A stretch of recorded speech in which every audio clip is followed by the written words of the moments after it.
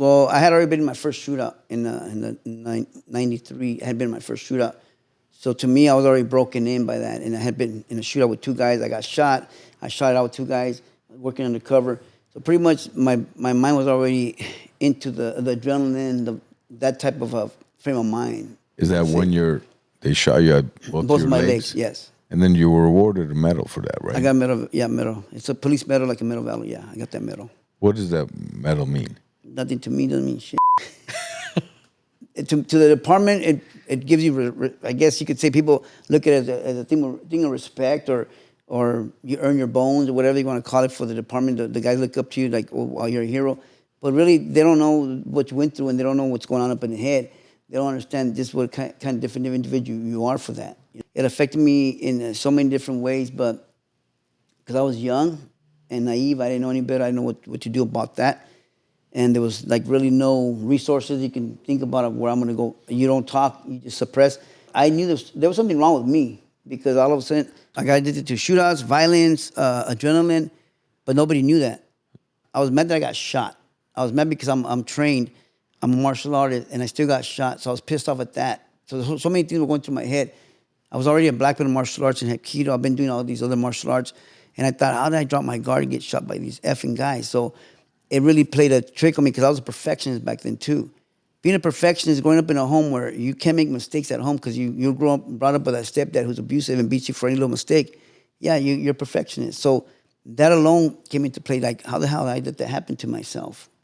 So that triggered me, made me like more angry, like hoping I could get into another one, and it just became a spiral for me.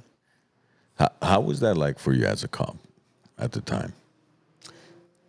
When I was working during the time in the 90s, it was a war zone, because it was a war against, they were at war with each other. MS-13, 18th Street, they were at war. Most of them were at war for either territory or other.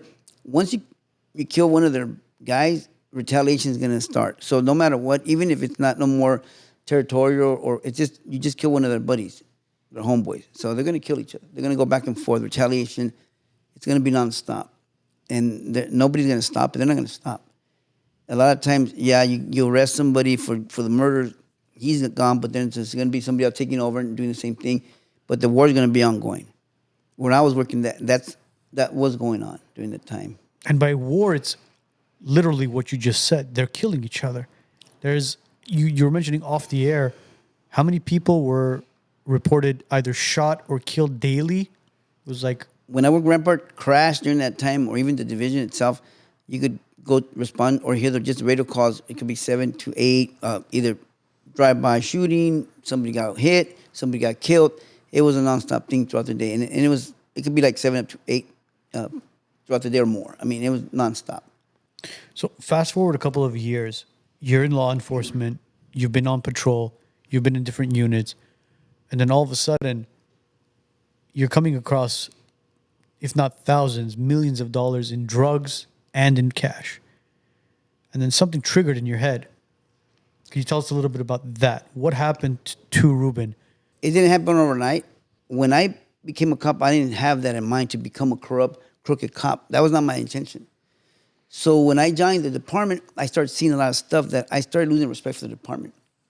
I started seeing the corruption. I started seeing the planted evidence, the planting of weapons on gangsters. Yeah, and a lot of times, yeah, they're bullies, they're idiots, they do some bad stuff, and basically they intimidate innocent people, and our job was to deal with them at all costs. They meaning who? The gangsters the gangsters intimidating innocent people? Robbing innocent people, shooting innocent people, doing things to the innocent people. So the department itself, from the top to the bottom, management, are saying, get the job done, do it. And whatever it takes. Whatever it takes. So, yeah, you're going to get it done. And that's your job, to get it done. And I don't care. I know a lot of people have critics, comments. They're going to say whatever they're going to say. They weren't there. None of them were there. Because every guy in my unit was trained by SWAT, trained in specialized units to deal with the worst gang problems out there. And I'm not justifying nothing, because that's the way we're trained to do, handle business. So when you're seeing this all the time, you're not going to be the guy that's going to let them win. You're not. You're going to let them win. So I started seeing a lot of stuff. I started getting involved in this stuff myself. And after being in my first shootout and my second shootout, you start changing. You start changing as a person. I start not giving a about stuff. I don't care about a lot of stuff. I don't care about the system anymore. I don't care about the management because I'm saying I'm not gonna get killed. One of my partners got killed by a gang member. His name was Cuesta. The 18 shooter shot him in the back of the head, and he got killed. And then another kid, Navidad, another cop got killed. I started thinking, I ain't gonna get killed. F this. I have kids. I'm gonna take care of my family. When I started seeing a lot of stuff in the department, thinking, I started losing respect for the department. I started losing respect for the job itself. I started seeing things different. And once you start going to that darkness in your life, because that's why I started heading to the dark side of my life, I started becoming a different person. And I started saying, well, F everybody, F the department.